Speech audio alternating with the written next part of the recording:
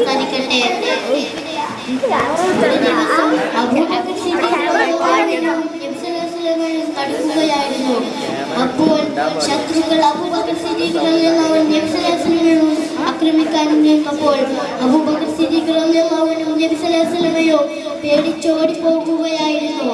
അപ്പോൾ നബി സല്ലല്ലാഹു അലൈഹി വസല്ലമ അബൂബക്കർ സിദ്ദീഖ് റളിയല്ലാഹു അൻഹു ഓടിച്ചു ക്ഷീണിതനായി. അപ്പോൾ അബൂബക്കർ സിദ്ദീഖ് റളിയല്ലാഹു അൻഹു പറഞ്ഞു, ഇവിടെയുണ്ട് ഒരു ഗുഹ, അതിൽ കയറി നിൽക്കാൻ നമുക്ക്. അപ്പോൾ നബി സല്ലല്ലാഹു അലൈഹി വസല്ലം പറഞ്ഞു, അത് മതി. അപ്പോൾ അബൂബക്കർ സിദ്ദീഖ് റളിയല്ലാഹു അൻഹു നബി സല്ലല്ലാഹു അലൈഹി വസല്ലമയോ അതിൽ കയറി നിന്നു. കുറെ മലകളുണ്ടായിരുന്നു.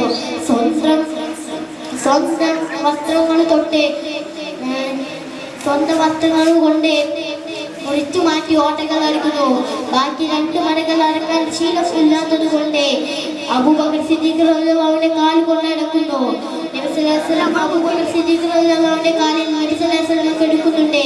അപ്പോൾ അബൂബക്കർ സിദ്ദീഖ് റളിയല്ലാഹു അൻഹുവിന്റെ കാലിൽ എന്തോ കടിക്കുന്നുണ്ട്. അപ്പോൾ അബൂബക്കർ സിദ്ദീഖ് റളിയല്ലാഹു അൻഹു വേദന സഹിക്കുന്നില്ല. അബൂബക്കർ സിദ്ദീഖ് റളിയല്ലാഹു അൻഹുവിന്റെ കണ്ണുനീര് പൊട്ടി. നബി സല്ലല്ലാഹു അലൈഹി വസല്ലമയുടെ വട്ടമുഖത്തേക്ക് തട്ടിയ അപ്പോൾ തന്നെ നബി സല്ലല്ലാഹു അലൈഹി വസല്ലം ഉണർന്നു. നബി സല്ലല്ലാഹു അലൈഹി വസല്ലം ചോദിച്ചു, അബൂബക്കറെ, എന്ത് പറ്റി നിങ്ങൾക്ക്?